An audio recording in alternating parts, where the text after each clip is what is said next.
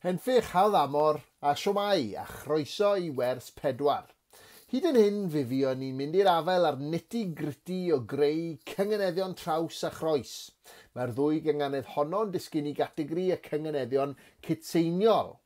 Fel mae'n I ddweud ar glawr y blwch, maen nhw'n gynganeddion lle mae'r cytseinied yn cael ei ateb o dan neu o gwmpas y ddwy brifacen yn nwy hanner y llinell. Bob ochr i'r o'r ffwysfa. Da iawn chi.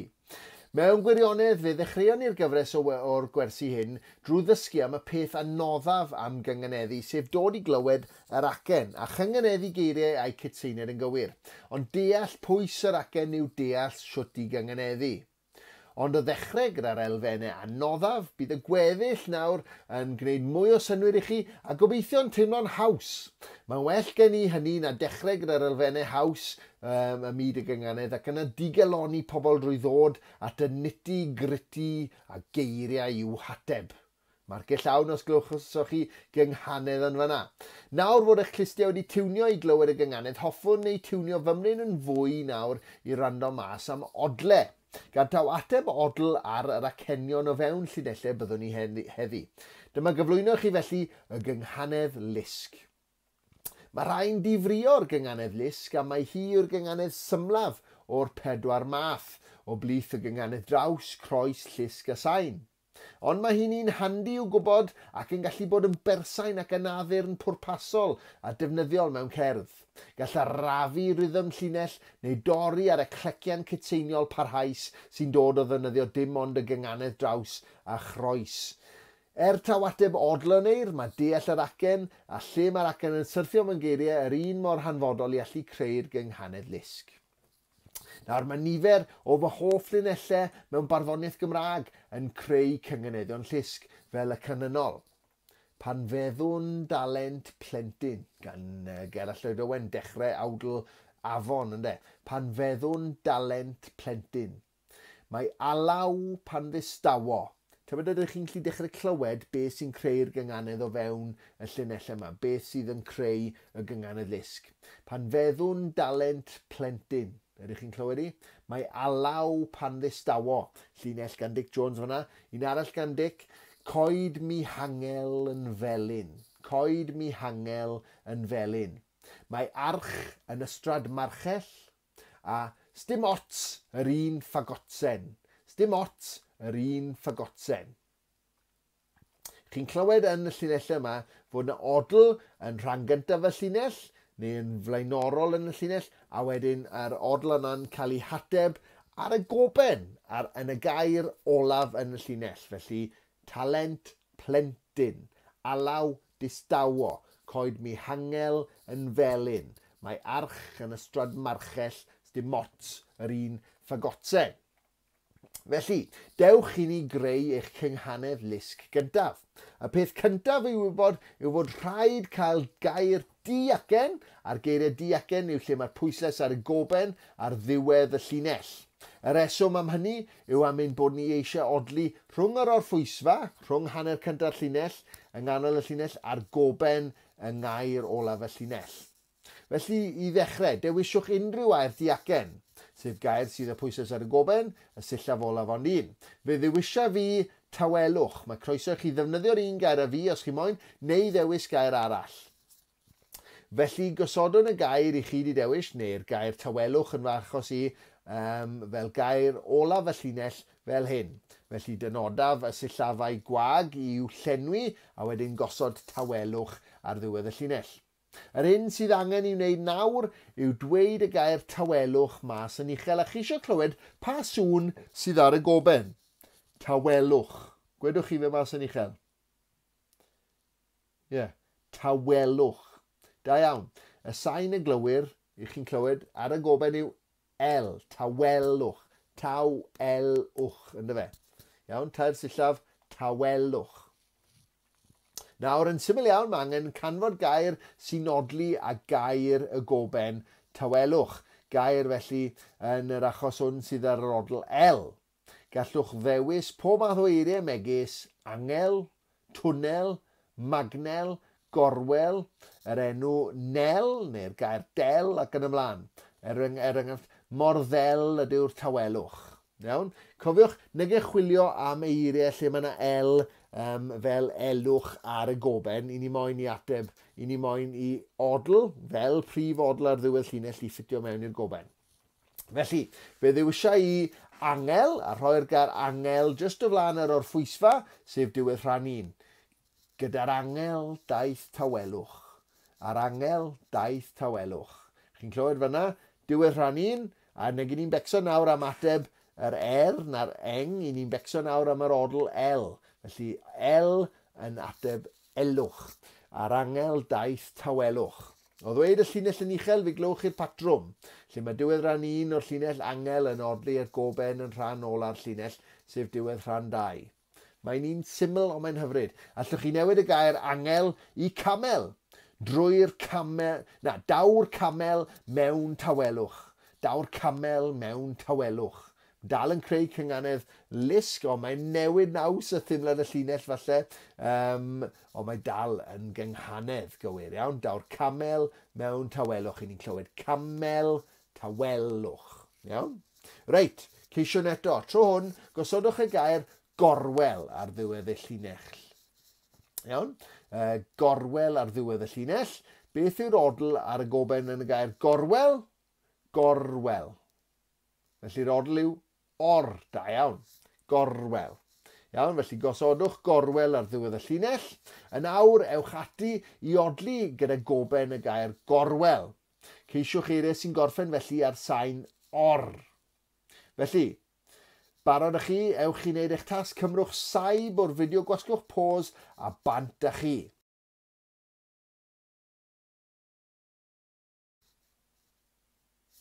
Croeso nôl. Siwd oedd hwnna, ydych chi wedi llwyddo i greu cynganedd lusg? Gallech fod wedi creu llinell falle yn agor tua'r gorwel? Mae hwnna'n bosib, ynddo fe? Yn agor tua'r gorwel. Neu mae rhagor ar y gorwel. Yeah? Neu yn ddidor tua'r gorwel. Yn awr, hoffen i chi osod y gair gorwel ar ddiwedd hanner cyntaf y llinell, just cyn yr orffwysfa.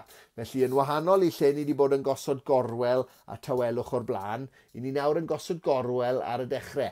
A mewn gwirionedd, mae hwn yn jobyn bach yn anoddach nawr, a mae'n bod ni yn chwilo am air sydd ag el ar y goben, dy fe. Gorwel nawr, nag or, i ni mo'n ateb nawr. Mae'r gair gorwel yn rhan gyntaf y llinell, a just cyn yr orffwysfa, yr odl, just cyn yr orffwysfa yw el.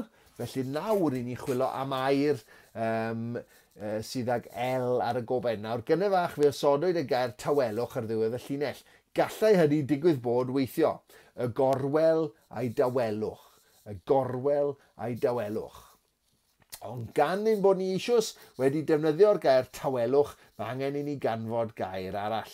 Ceisiwch felly roi geiriau llanw o gwmpas y gair gorwel, os chi moyn, megis tua'r gorwel, neu y gorwel, neu ar y gorwel, os chi moyn. Ond i chi angen canfod gair felly sydd ag el ar y goben yn ail ran yr llinell mwyn cyfateb gorwel gyda'r gair yna. Felly barod, dyma'ch tasg nesaf chi, cyfateb gyda'r gair gorwel mwyn creu cynganedd lusg. Rowch saib i'r fideo, gwasgwch pause a cheisiwch gair lle mae'r odl el ar y goben fel yn tawelwch. Ond so chi'n cael defnyddio tawelwch, mae honna wedi mynd gan ein bod ni wedi defnyddio hi'n barod. Ewch! Iawn, siwr ath honna. Pa air gan fyddwch chi i gynganeddu gyda gorwel? Es i am y gorwel a'i awelon. Gallech hefyd gyfuno y gorwel a welaf, neu mae'r gorwel yn felyn. Ac eto, allwch chi ddanfon eich cynigion ar e-bost i wirio eich bod chi wedi deall y gynganedd lusg.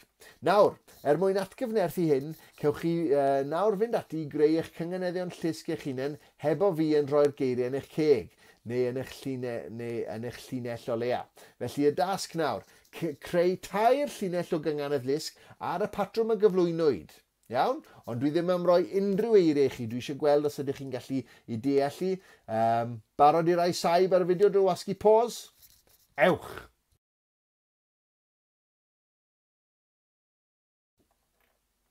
Croeso nôl. Nawr eich bod chi wedi cael cyflwyniad i'r syniad o ateb patrymau cytseiniol o gwmpas yr acen yn ogystal â phatrymau odli o gwmpas yr acen. Rhaid i mi chrybuddio fod peryg i chi hefyd ddatblygu cyflwr elwyr gan rai yn llid y gynghanedd a gan eraill yn cynghanedditis. Mae'n fwy garw nag odleitis ac yn amosib i'w thrin yn wahanol i cyflythrenitis. Ta beth, yr hyn falle y dylech fod yn sylwi arno wrth i'r gwersi fynd yn rhagddynt yw eich bod yn ceisio cynganeddu geiriau. Geiriau chi'n clywed ar radio neu'r lledu, neu geiriau ar eich restr siopa neu ar arwyddion, neu wrth pethau byddwch chi'n gweld bob dydd. Mae hynny yn beth da gan bod eich meddwl yn dechrau gweld patrymau a dechrau meddwl mewn ffordd newydd. Mae'r meddwl yn cael ei ymarfer a'i ystwytho ac caiff ei gadw'n heini gan y gynghanedd. Nawr, dwi eisiau cyflwyno eich mesur cyntaf i chi heddi. Mesur y cywydd deiair hirion. Dyna'r term technegol, cywydd deiair hirion. Felly dwi am gloi y sesiwn heddi drwy gyflwyno mesur poblogaidd y myd y canu caeth i chi, iawn. Mesur a ddath i ymlygrwydd yn sgil defnydd Dafydd ap Gwilym a'i gyfoeswyr. Nid yw, fel mae'n digwydd, yn un o'r mesurau hynna yng Nghymru, ond mae'n un o'r mesurau mwyaf poblogaidd ynghyd ar englyn ymysg beirdd caeth ein gwlad hyd heddi. Nawr, os allwn ni gymaru dysgu'r 4 math o gynghanedd, fel eich chi wedi bod yn ei wneud mor belled, dyn ni ddim wedi dysgu'r sain eto, ond fe ddewn at honno, ond os allwn ni gymaru dysgu'r mathau gwahanol o gynganeddion a deall yr acen fel dysgu clutch control wrth reifio, lliwio y brec a newid ger wrth dysgu gyrru, gallwn ystyried mae dysgu defnyddio'r mesurau caeth yn eich achos chi y cywydd yw cael neidio mewn i'r car am y tro cyntaf a theimlo'r rhyddid o wneud rhywbeth gyda eich sgiliau clutch control, lliwio a brecio. Y cerbyd cyntaf felly byddwch chi'n ei brofi yw y cywydd. Beth dwi eisiau chi wneud yw creu cwpledi llusg a thraws, iawn? Ond yn gyntaf, rhywfaint o ffeithiau am y cywydd. Mae'r cywydd yn cynnwys llinellau 7 sillaf o hyd ac mewn gwirionedd cwpled yw'r cywydd, all cywydd fod morfer a 2 linell o hyd neu yn gan llinell o hyd, cyfres o gwpledi, lle mae yna 7 sillaf ym mhob llinell ac mae pob llinell ar y patrwm odli a cennog diacen. Maen nhw'n odli gyda'i gilydd, maen nhw'n 7 sillaf o hyd ac mae un llinell yn cwpla'n acennog, cwpla gyda gair acennog, a'r llinell nesaf yn cwpla gyda gair diacen, a geith y llinell gyntaf fod yn acennog, neu ar ail yn ddiacen, neu'r llinell gyntaf fod yn ddiacen, ar ail yn acennog. Ond mae'n rhaid cadw at y patrwm yna ym mhob cwpled. Iawn? Felly, dwi am i chi greu cwpled sydd yn odli. Dyma eich tasg chi, ac mi fydd y gair ar ddiwedd llinell 1 yn air diacen. Am y reswm bod chi'n mynd i greu cynganedd lusg yn llinell 1 a chynganedd draws neu groes yn llinell 2. Iawn, felly bydd llinell 2 yn cwpla'n acennog. Mae yna reol myd y cywydd, does dim hawl roi cynghanedd lusg yn ail linell unrhyw gwpled cywydd. Felly cofiwch hynny, allwch chi ddim cael cynghanedd lusg mewn ail linell o gywydd. Oedden nhw'n barnu bod y gynghanedd lusg mor syml byddai gosod rhyw reol fel un yn rhwystro pobl rhag i gor-ddefnyddio hi. Felly mewn gwirionedd nawr, i ni'n dilyn y patrwm llusg a chynganedd draws neu groes, iawn? Enghraifft, dyma gwpled i chi. Tawel yw banc ffos felen, tawel yw banc ffos felen a llaw wrth i'n tynnu'r llen. A llaw wrth i'n tynnu'r llen, felly dyma o ddweud y cwpled ar ei hyd. Tawel yw banc ffos felen a llaw wrth i'n tynnu'r llen.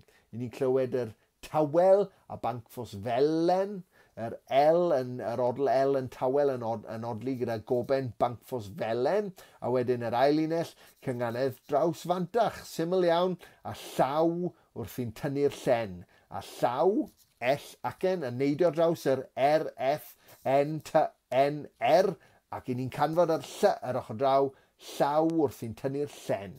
Iawn? Felly, dyma fydd diwedd y fideo am y tro hyn, felly digon amser i chi weithio ar gwpled. Ac os daw un pam lai roi cynnig ar ail neu drydydd cwpled.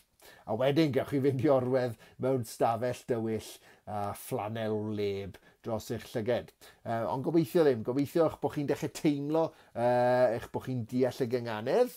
A dyma chi erbyn diwedd gwers 4, felly nid yn unig wedi dysgu 3 math gwahanol o gynganedd, sef y gynganedd draws, y gynganedd groes a'r gynganedd ddisg, ond byddwch chi hefyd wedi gwneud eich cwpled cywydd cyntaf. Y tro nesaf, byddwn ni'n dysgu am y gynganedd sain yn ei holl ogoniant. Croeso chi ddanfon eich gwaith ataf ar e-bost a byddai'n hapus i ymateb a gwirio eich bod chi wedi deall nid yn unig y gynganedd ddisg, y draws a groes, ond hefyd sut i ddefnyddio y cywydd. Hwyl fawr.